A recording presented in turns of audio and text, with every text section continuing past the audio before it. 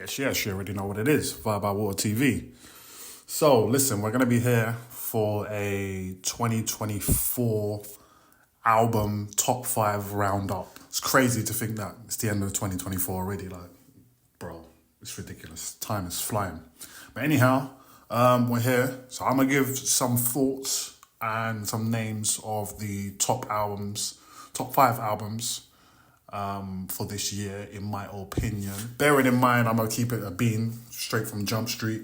There's a lot of albums that, for whatever reason, to this very day, I still haven't got into. So, whether it's, Tyler, the Creator's Chromacopia, it's not going to be on the list because I missed it. Well, I shouldn't say I missed it. I just ain't got to it yet. Similarly for Ab-Soul's Soul Burger, I don't know. There's no excuses, to be honest. But yeah, there's plenty of other albums as well that I've missed. But there is some albums that I've caught. So we are going to start there. At the moment, probably no particular order. And then I'm going to see if I can order it towards the back end. But first of all, we're going to come in strong. These are all very strong albums, but we're going to come in strong with Rock Marciano. So this isn't number one. This is just me listing them right now. So this is Rock Marciano, Marciology. This dropped, I believe, in April, start of April 2024 this year. And, it's Rock. It's Rock in his bag, Rock doing what he does. I feel like on some of the instrumentation that he used, he was kind of, pushing the line a bit and being a little bit daring. I'm thinking of Gold Crossbow. I'm thinking of Goyard Gun. So I'm thinking of Goyard God. But at the same time, they're all still very much in the Rock Marcy bag. So it's crazy. And I just thought that was a very well put together project, cohesive, nice runtime, about 45 minutes, 14 tracks, flowed smoothly. Definitely some good features on there as well. Of course, we got Larry June on that. They got Bad Juju, that was a good track. We got Killing Spree, which is probably my favorite track. Wanting Money for a Spree. We got Crime Apple on that one. We got Tia from Flea Lord, Jay Worthy, Knowledge the Pirate as always. So it was a good album. I enjoyed that. Rock Marcy in his bag, talking that talk. Good instrumentation. And just a very well put together album. Rock Marcy, man. Whenever he drops, you got to get into that. So that's one right there.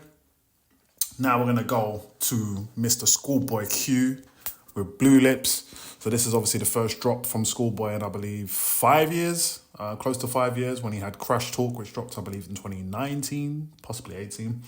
I want to say this is a return to form, but I think that's a bit harsh because Crash Talk wasn't a bad album. I just feel like it didn't necessarily live up to what he had previously put out before. If we're speaking on, Habits and Contradictions, speaking on Blank Face LP, speaking on Oxymoron, you know what I mean? Crash Talk was just a little bit of a crash talk. And I guess it was kind of in the name, innit? But this one was definitely Schoolboy Q coming back swinging. And this was just a great, great, great album. In time to come, it's probably going to be one, if not two, in terms of his album rankings. I think at the moment right now, although I still play it to this day, I would say I've got it possibly in number 2 in terms of Schoolboy Q discography. Dislodging Blank Face LP is just always going to be a challenge, And I really love Setbacks as well. I know that was his first one and he doesn't particularly like it a lot. But that was, the first Schoolboy Q project that I listened to. And that was just crazy. But anyhow, if I'm going to think of the tracks on it and the features as well, we got Rico Nasty, Freddie Gibbs lands on it, Ab-Soul, AZ Shaik, Devlin the Dude, Devlin Malik and Lance Skywalker. We got Jozzy, Childish Major. So we got some lesser known artists, and then we got some artists that we're of course familiar with. And when this dropped at the time, I remember listening to it, the first couple of tracks, Funny Guy and Pop, and I was just like, hold on, what is happening? Like when Pop dropped, especially after the way Funny Guy starts, where it's just very like calming and soothing and melodic, and then Pop drops, and I'm just like, huh? Like, where's my guy? And I was just over there, and now I've been transported 100 miles over there. And I feel like that's like a theme that kind of travels throughout the album, where it's kind of, you have, I don't really want to use the terms down and up, but I'm going to do it because I can't think of another way of putting it. But you have a kind of the downer, more jazzy, more smooth, more soulful, the more melodic, the more, thought-provoking, introspective, where we're thinking of tracks like, Blue Slides, and then we're thinking of even, to an extent, we're thinking Blue Slides, then we're thinking of, to an extent, Lost Times, and then even Germany 86. So we've got kind of those smoother, more, calming songs, if you like, which are a bit more introspective. And then you've got the uptown, up-tempo, we're out for the night type of, you know what I mean? We're getting there. If we're thinking of Thank God For Me and the crazy beat switches on that, of course, pop, which is just insanity. We're thinking of even Yearn 101, which is kind of the signature classic Schoolboy Q, just getting brazy. So yeah, that was another, great album. So that's definitely in the list. Favorable tracks, I'll probably say is Pop, Thank God For Me. Yearn 101's crazy, but we got to go for Cooties. And then one of my favorites as well, Back in Love. Lost Time, the whole thing is just crazy if we're going to keep it a beam. So we got that, we got Schoolboy Q, that's got to be in there. Gumwana, I don't know, how am I feeling about Gumwana? Gumwana, when One of One came out, that was definitely that was a very good album as well. I feel like it fell in a particular timepiece in that kind of, May to June area in the year where it was kind of like, all right, we're out for the night now, we're ready to, step into the summertime shine, you know what I mean? And then this dropped, and I feel like collectively a lot of us was listening to it, a lot of us were taking it in, especially off the back of the previous project that he had, was a little bit for his kind of artistry. That was a more introspective take. That was more him reflecting on what's happened, in terms of like the YSL stuff. Him kind of dealing with the guilt and the frustration that he would have been feeling, while also trying to answer back to the people who were saying, claiming that he did what he did, and the naysayers and the people who were kind of on his back and whatnot. So I feel like this was more of a case of, all right, cool, I've done that on the previous take. Now let me get back to what I do and come back stronger. So yeah, I feel like this was a good album. He was doing what he needed to do. Some decent features. Offset done his thing. I'm proud of them. We had Clear My Rain, which had Lee Bridges, and Omani was on Money or Dollars. Roddy Ricch as well. So this was cool, man. I feel like this deserves a shout out. I'll keep it beaten, just for kind of what it did at the time. And I know this is definitely one of people's favorite Gunna projects, and Gunna's got a few ones in the chamber if we keep it real. So for that type of style, definitely I feel like this deserves a honorable mention. At the very least, favorite tracks, I'm gonna probably go for. I'm thinking. Collage. I like the first one. Collage is a good track. I'm thinking of Trio. That kind of run of Trio still prevail. That run of Trio still prevail. And Blackjack, I feel like was cold blooded. So I'm gonna definitely say Trio. Still prevail was my favorite off the tape without a doubt. And then the last two tracks I think were cool. Today I Did Good. And then Time Reveals Be Careful What You Wish For, I feel like was a good joint as well. So yeah, that's what I would say for Gumwana. Then we're going to go over to some, over to the R&B side if you like. But the way Anderson .Paak was going on this one, you know what I mean? I don't know if we could even call it that. So we're going to go for No Worries, Why Lord. Yeah, I mean, listen. These, man, of course... this is a follow-up to Yes Lord, which they dropped some years ago.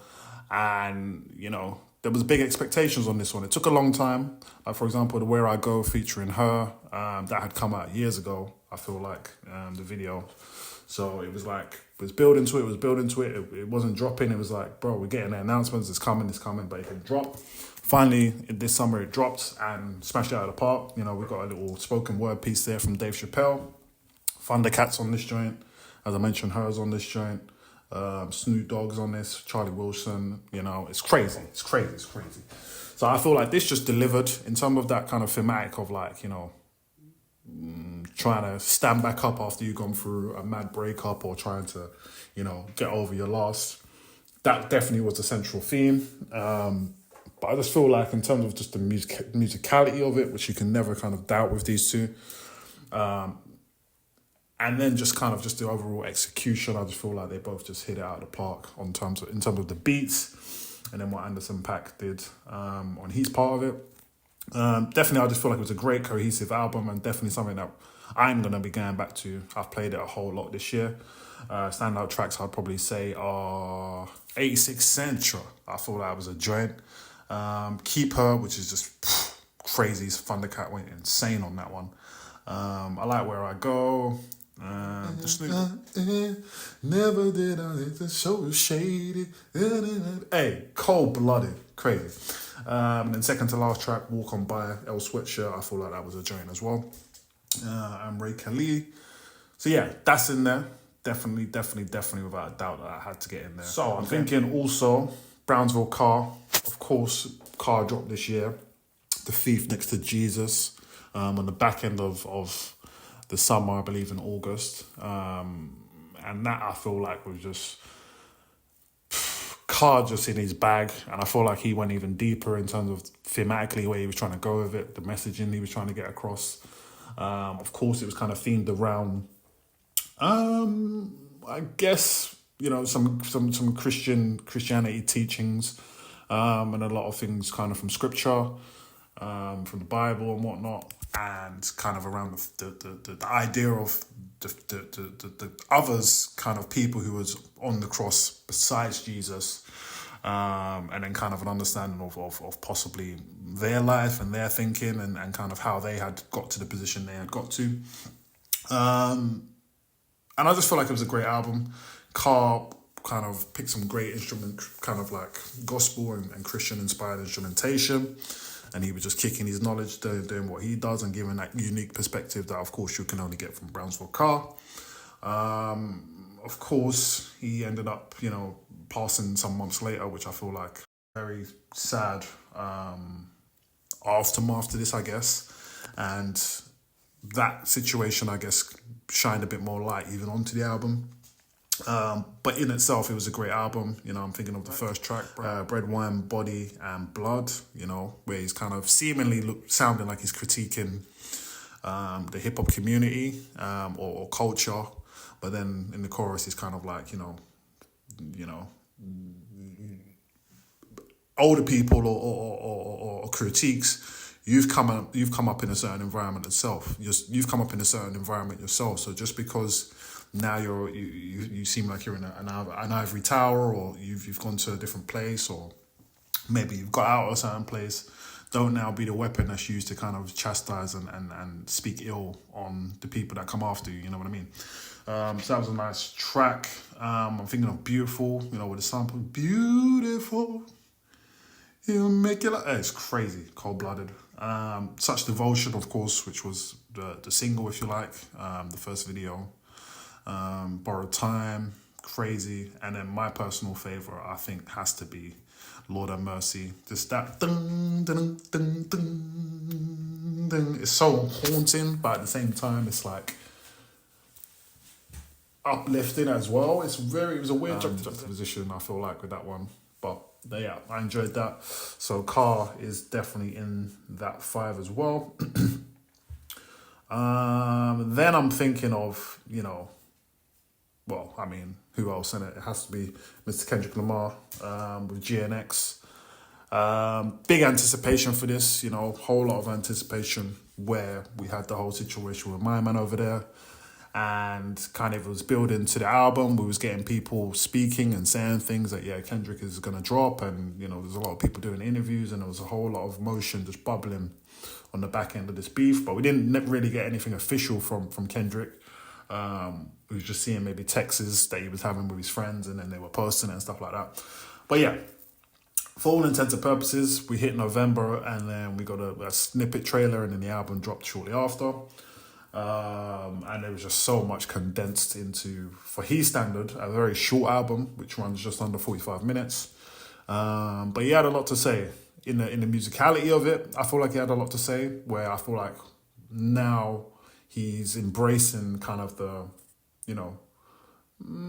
I guess the bit more up-tempo tunes, a little bit more brash, heavy 808s, hard-hitting drums, that funk. He's always had that funk element in his parts of his music, but he's drawing that out even more. And I feel like that's and that in just the beat selections, it's him attacking his critics in the past in one way who say, he doesn't make music that you can dance to, he doesn't make club music, he doesn't make music that, makes you feel good. It's not everything has to be sit down, ponder, and get my pen and paper out and etc. So I feel like he was addressing his critics in that element.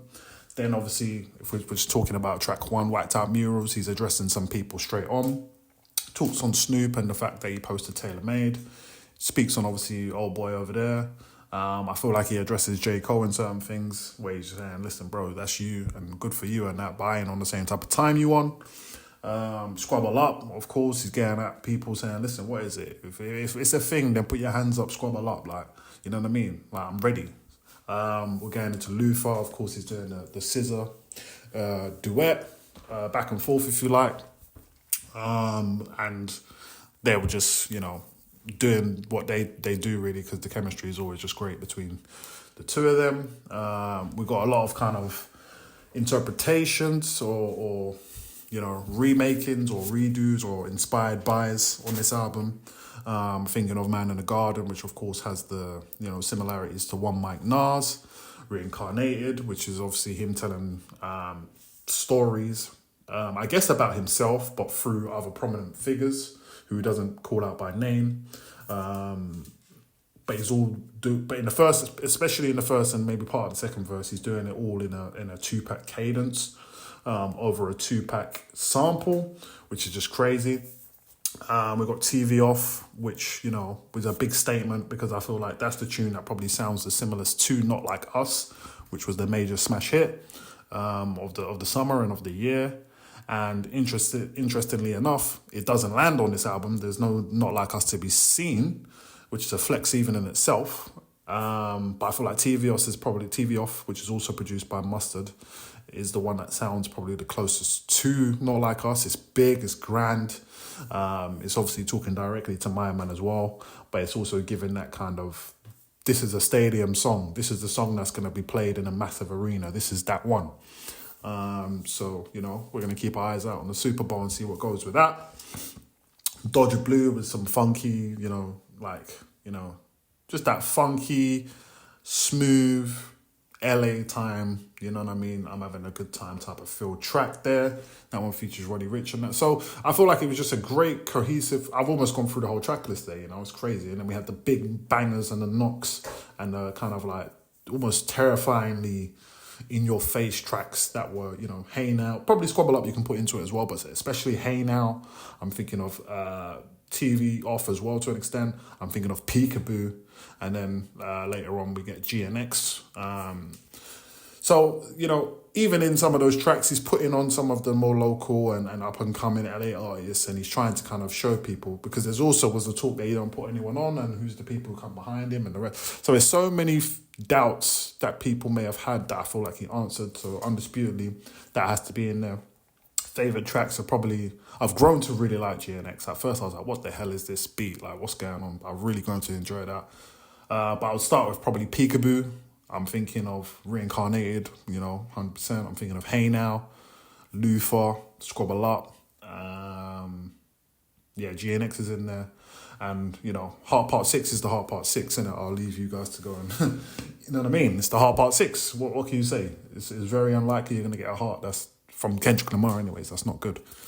So yeah, I would say they're the albums that I'm considering at the moment. So I think I'm going to go for, if I'm going to order them, number 1, Schoolboy Q, Blue Lips. It just has to be number 1. That's just, came out at the start of the year in like March, and I feel like I've been playing it from that point till now, so it has to be in there, and I'm giving number 1 to it. Number 2, it's only been out a month and a bit, but I mean, it is the album that we was looking for this year. So that's Kendrick Lamar, GNX in number 2. In number 3, I think I'm probably going for No Worries, Wildlord. Yeah, you're in there. Number 3. Number 4, Rock Marciology, you're going to take number 4. So it's between Car and Gunna. So I did 6 originally, right? So I think Gunna, you're going to fall out.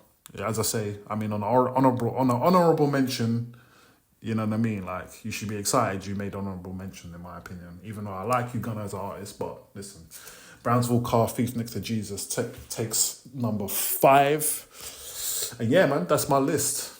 It's crazy, as I say, man. 2024 is done. Man. See you in 2025. Peace and love, and we out.